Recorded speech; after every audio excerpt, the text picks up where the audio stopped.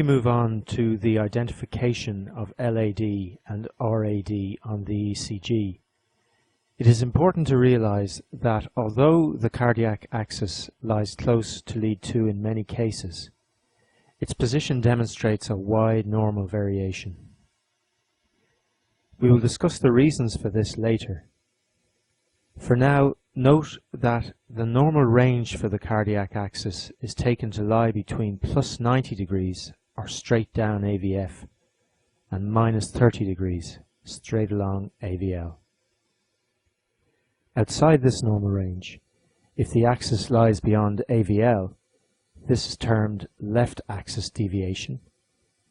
If the axis lies beyond AVF, this is termed right axis deviation. Axis deviation into the fourth quadrant, or no man's land as it is sometimes referred to, is observed in certain situations, but we will leave discussion of this to the quiz section. So, to deal with LAD first, how do we recognize left axis deviation? That is, deviation of the cardiac axis beyond minus 30 degrees. Well, if we start by considering an axis of plus 60 degrees, you will remember that this situation is characterized by strongly positive QRS complexes in leads 1, 2, and 3. As the axis moves towards the left, towards and then beyond 90 degrees off lead 3, this lead will begin to develop an S-wave. As the axis continues to move further towards the left, but still within the normal range, even lead 2 will eventually start to develop a significant S-wave, and the S-wave in lead 3 will become progressively deeper. In contrast, as the axis is moving closer to the direction of lead 1, this lead retains a strong R wave. Crucially, note that at the limit of normality on the left, the axis is travelling straight down AVL. AVL lies at 90 degrees relative to lead 2. This means that when the axis lies at the limit of normality on the left, lead 2 is isoelectric. The R wave and S wave in this lead are equal in magnitude.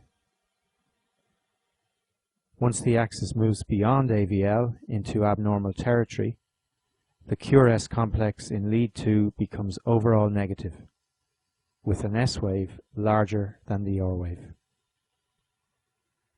This pattern of a strongly negative QRS complex in lead 3, combined with an overall negative QRS in lead 2 and a positive lead 1, is instantly recognizable as left axis deviation.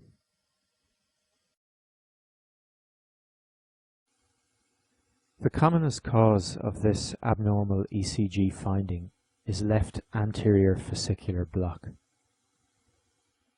In physical terms, the deep terminal S waves observed in this situation in the inferior leads result from the retrograde depolarization of the lateral and anterior left ventricular wall. This depolarizing force is slightly delayed relative to normal and spreads upwards from the anastomoses in the lateral wall. As it is moving away from leads 2 and 3, a negative deflection is produced in these leads. You can work out the ECG appearance of right axis deviation in exactly the same way as we did for LAD. Remember, lead 1 and lead AVF are separated by 90 degrees. When the axis moves beyond AVF into right axis deviation territory, the QRS complex in lead 1 becomes overall negative, while that in lead 3 remains positive. Left posterior fascicular block is less common than damage to the anterior fascicle. However, when this situation does arise, it results in right axis deviation on the ECG. The late deep S wave in lead 1 reflects the delayed retrograde spread of depolarization away from this lead in the inferior wall. As this depolarizing voltage is moving towards lead 3, this lead retains a strong OR wave. You may have noticed that, although still within the normal range, the QRS complexes in both LAD and RAD are somewhat widened compared to our starting readouts with the axis at 60 degrees. Keep in mind that damage to the distal branches of the left bundle branch, the commonest cause of axis deviation, results in a slight delay in depolarization of the affected region of myocardium. For this reason, in axis deviation, the QRS duration tends to be in the upper limit of the normal range, between 0.1 and 0.12 seconds. And positive and negative components of the QRS complex in the individual leads separate to some degree. It is well worth being familiar with the QRS patterns of left and right axis deviation in the standard limb leads. You may simply memorize these patterns. Alternatively, as outlined in video 2 of this section, you can analyze the morphology of the frontal leads and determine the axis from first principles.